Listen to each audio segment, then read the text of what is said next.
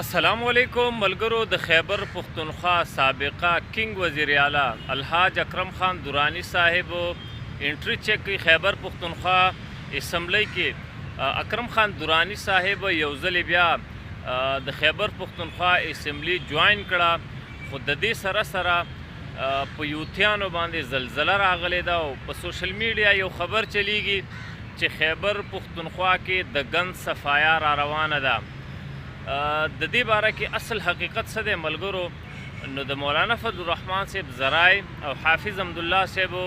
هغه باقاعده دې طرف ته اشاره ورکړې ده چې د جمعیت علماء اسلام بالخصوص مولانا فضل الرحمن صاحب عدم دلچسپي ده په دې کې چې د خیبر پختونخوا حکومت دې را وغورځولی شي، یعنی د هغوی بالکل په دې کې دلچسپي نشته چې د خیبر پختونخوا حکومت دې را وغورځولی شي. ها البته یو خبره ده، د خیبر پختونخوا په حکومت کې چې کوم اصل ګند دی نو هغه د غبریتو ګنډاپور دی، نو کېدای شي د دې چانس شته چې دغه ګند صفایا دی وشي، یعنی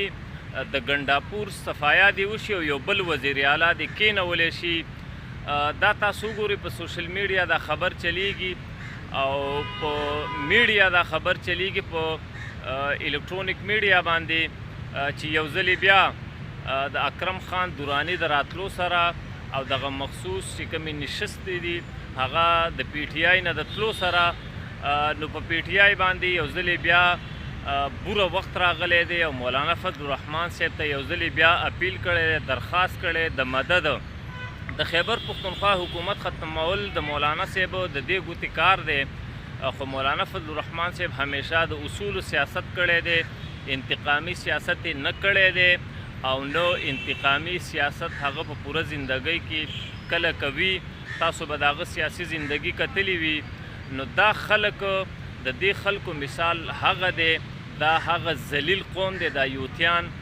د دوی مثال د کارغه دی چې دوی غل هم خوري او مخوکه هم څنډي.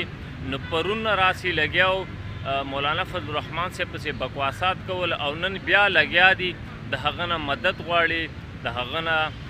درخواستونه کوي او کوشش دا کوي چې مولانا فضل الرحمن صاحب د کے پی کے حکومت راونه غورځوي. حالانکه مولانا صاحب په دې کې دلچسپي بالکل نشته او نه هغه دا غواړي چې د کے پی کے حکومت دی ختم کړی شي. ها البته د ګنډاپور تبدیلی په هغې کې کېدای شي جمعیت علماء اسلام دلچسپي والي او دغه ګند صفایا وشي د خیبر پختونخوا نه، خو موږ د جمعیت علماء اسلام کارکنان دا غواړو چې دا هغه رزیل، دا هغه ذلیل قوم دی د پی ټی آی والا چې دوی ناشکره قوم دی، د دوی سره چې څومره مخه کې